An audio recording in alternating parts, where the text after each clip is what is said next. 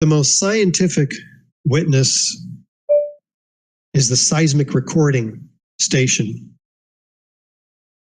at Lamont Doherty Earth Observatory, Palisades, New York, about 20 miles north of Manhattan. They detected seismic signals that FEMA and NIST relied upon. In fact, at the plane impacts, there were seismic signals of 0.9 magnitude at the North Tower and South Tower, 0.7 magnitude. So NIST, FEMA, and LDEO surmised that these are due to the plane impacts because they happened about that time. So there's a few problems with this. The seismic signal comes in at 8:46 and 26 seconds, but the plane impact occurs about 14 seconds later. So we have quite a disconnect here at the North Tower. Now this is per the NTSB radar, which the 9/11 Commission relied on as the point in time at which the plane impacted the buildings. But NIST says, no, they didn't impact then. They impacted 10 seconds earlier because they looked at the videos, so completely denying the more scientific NTSB radar that 9/11 Commission used. And that brought them within 4 seconds at least of their goal to try to correlate the beginning of the seismic event to the plane impact. So what do? They contract privately with LDEO to move the seismic data back in time 3 seconds, which more closely resembles their unscientific estimate of plane impacts. Well, something else happens in the South Tower. We have the beginning of the seismic event at 9:02 and 54 seconds, but the plane impacts, again, according to NTSB radar and the 9/11 Commission used, were at 9:03 and 11 seconds, a full 17 seconds later. How does NIST correlate this? Well, they come up with their analysis of videos, which buys them about 12 seconds, but they're still 5 seconds short. But what do? Well, in the same privately contracted effort with LDEO, they encourage them to move the data back 3 seconds for this event as well. And indeed, Professor Kim at Columbia University produces another report that remains unpublished, showing his reasoning for moving that back, but it remains unpublished. This is not the kind of science we're looking for. The witnesses also show basement explosions prior to the plane impacts. Here's Mike Pecoro. The whole building seemed to shake, and there was a loud explosion. When the two of them arrived at sea level, they found the machine shop gone. He says there was nothing there but rubble. We're talking about a 50-ton hydraulic press, gone. The two made their way to the parking garage, but found that it too was gone. No walls, there was rubble on the floor, you can't see anything. A steel and concrete door that weighed 300 pounds wrinkled up like a piece of aluminum foil lying on the ground.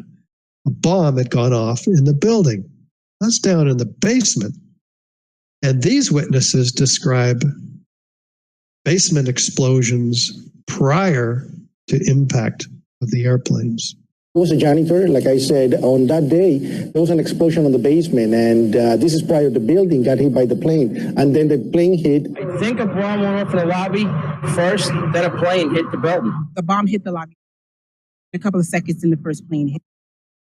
The bomb hit the lobby first. Well, if the seismic signals was not produced by the planes, what could it have been produced by?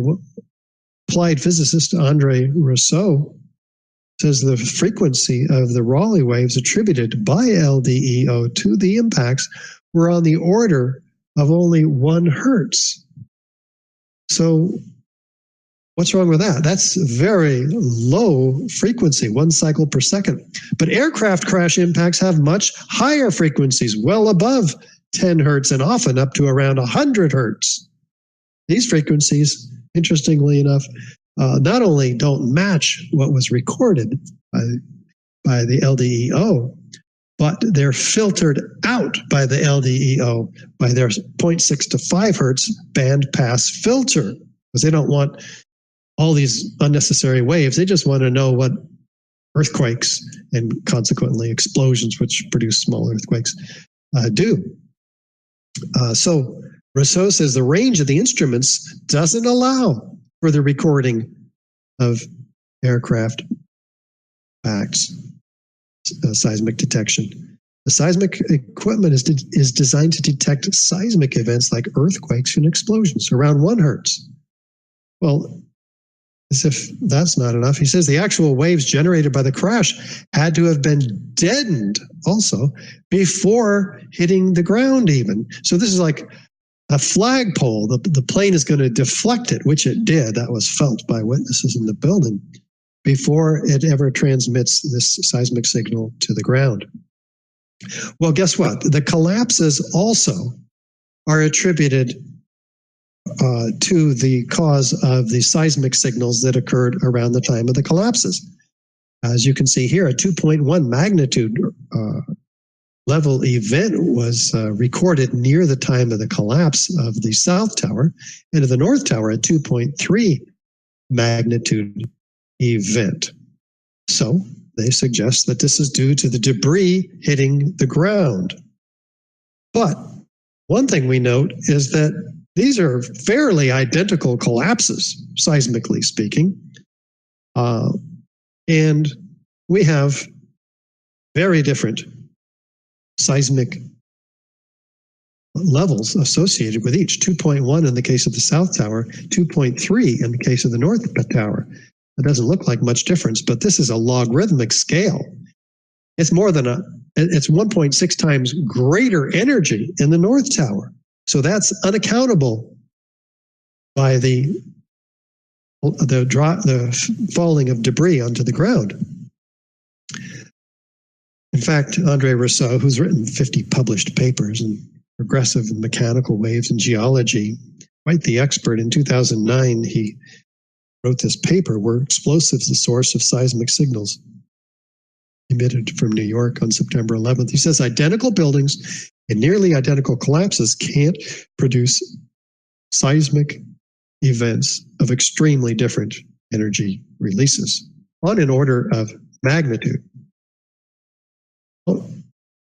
We also have, the concrete floors, the floor trusses, the gypsum board walls, and the building contents, which are not available to produce seismic components. Why? We already saw that the concrete floors, 100,000 tons of them, were pulverized in midair and spread over 3 square miles, slowly. The steel frame is shattered into individual wall units, just 4 to 8 tons each, and the core columns as well, outside the footprint, so they're not available all at once to produce a seismic signal. They are pelting the ground here and there, and guess what? They don't even hit the ground over this period of 15 seconds. They're hitting the 7-story concrete basement structure, further diffusing that seismic signal. And it's equally distributed over the entire superblock as well.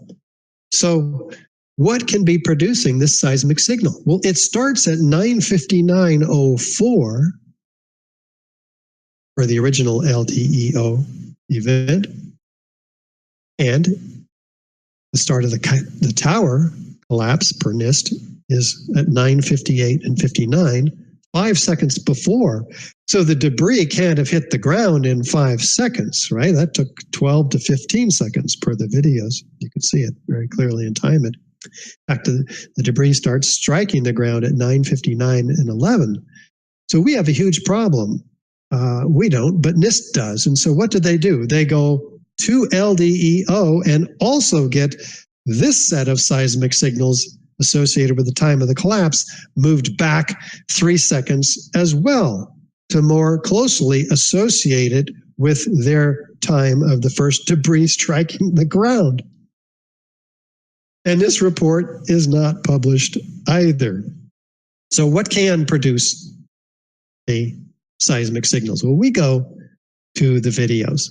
Graham McQueen's excellent work looking at New York One TV station with its tripod-mounted camera shaking 3 seconds before the collapse of the South Tower, starting here, and you can shake there, and 3 seconds later, the collapse begins. So this is one indication of many that have come up to show, to prove an account for all these witnesses. In the North Tower, where we have even more witnesses, the surface waves happen at 10:28 and 31 seconds. The tower starts its descent 9 seconds earlier, and the debris is not hitting the ground in 9 seconds. That can be measured quite clearly. So what does NIST do? They note that the first debris strikes the pavement in about 10 seconds, which is still too early. The heaviest debris doesn't strike the pavement until about 4 seconds later. So NIST has quite a problem. So once again, they go back to LDEO and contract with them privately to move this data back 3 seconds. And you have the link right here to see that indeed NIST did do that without much explanation and without any report about why, what scientific justification there is to move this seismic data back. Now, on top of this, in the case of the North Tower, which was 1.6 times greater, it did produce very clearly defined P wave and S waves. And this was ignored by Professor Kim, LDEO. Why? Well, because it occurs well before the main Raleigh waves and could only have been produced by something that occurs before it.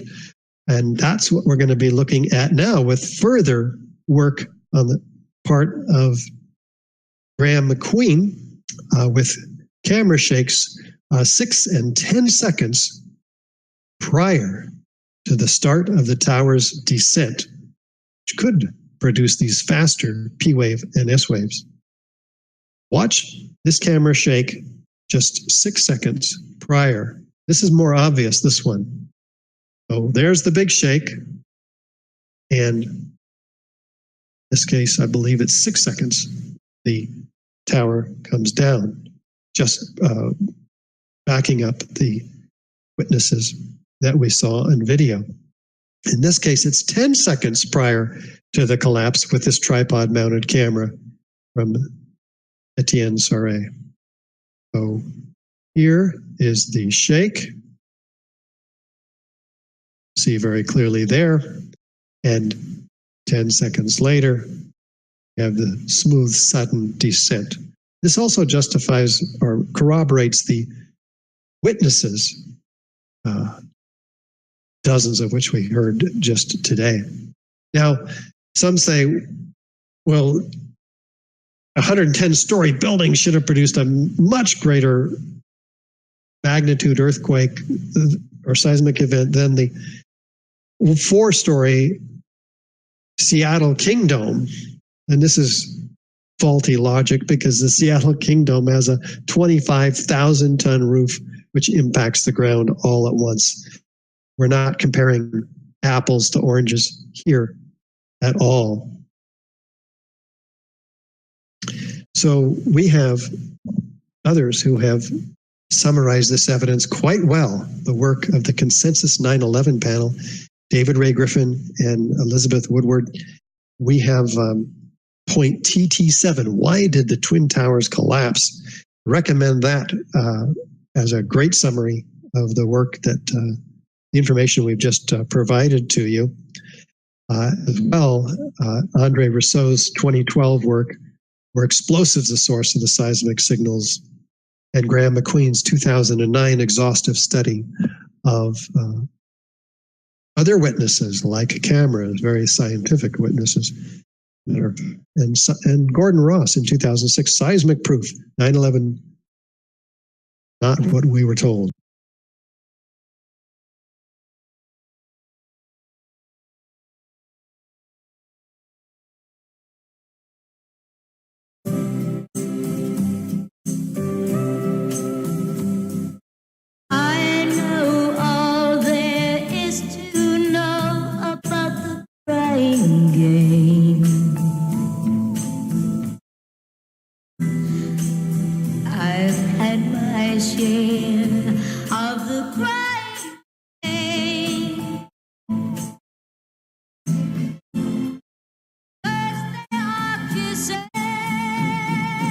The war in Afghanistan has been going on so long now that many of the men and women fighting it were still in grade school when it started. The war has receded into the background for many Americans, preoccupied with daily life and caught up in other news, lingering high unemployment, the disaster in the Gulf. But 9 years in, this war has now hit a new level of ferocity as U.S. forces meet the Taliban head-on and casualties mount. What are Americans there going through now? An answer to that question tonight from our chief foreign correspondent, Richard Engel, embedded with the 82nd Airborne near Kandahar. And a warning, some of the footage you're about to see may be disturbing for some viewers. Just before dark Saturday, soldiers from the 82nd Airborne Division fight off a Taliban surprise attack on an American outpost in the Arghandab Valley. The battle is fierce. 20 Taliban fighters are just 100 yards away. This base has come under heavy attack. Already one soldier has been severely injured. 2 more Americans are wounded before the fight is over. They'll all survive. But battles like this one are picking up and taking a toll. On many patrols here, Sergeant Lewis Loftus is the point man. If there's an IED in the ground, he'll most likely see it first or step on it. You got him? 22-year-old Loftus volunteers for the job. I'm thinking about, just getting to where we're going the safest route possible. I really don't dwell on, this could be my last patrol. The Arghandab is among Afghanistan's richest farmland. The dense vegetation provides ample cover for the Taliban to hide IEDs. To avoid them, soldiers stay off the main roads, trudging through humid fields and over walls to keep the Taliban guessing where they're going. Soldiers here say the best defense against IEDs is unpredictability. Watch where you step and never use the same trail twice. Still, troops in this area have suffered 60 injuries, a third of those losing limbs. Back on base, Loftus from Akron, Ohio, looks at photographs of the girl he wants to marry after he goes home in a few months. When I ask him about a fellow soldier killed last week, it's clear how deeply these troops feel about the growing casualties here. Right now, I'm kind of numb to it. To be honest, I just don't really feel much. I pray for his family. I pray for his soul that, Yeah.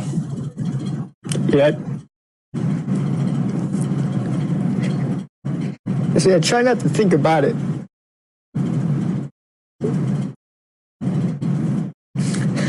Because when you think about it, then I get like this.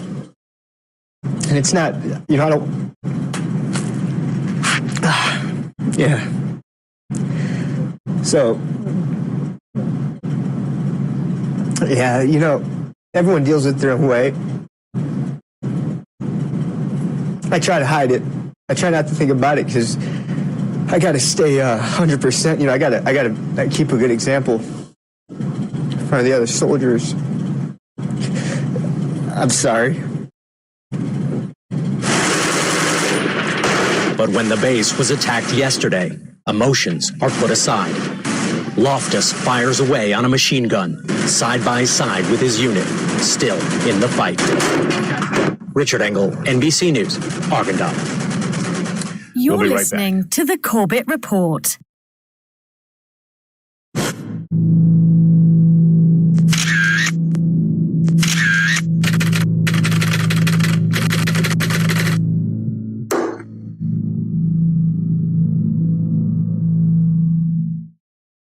Some evil is just, it can't be explained. Are these people happy? Are they joyous now? Are they celebrating? Oh, absolutely. They're Thank celebrating. God. There's one report. This has not been confirmed, but there's several live reports that there was a cell, one of these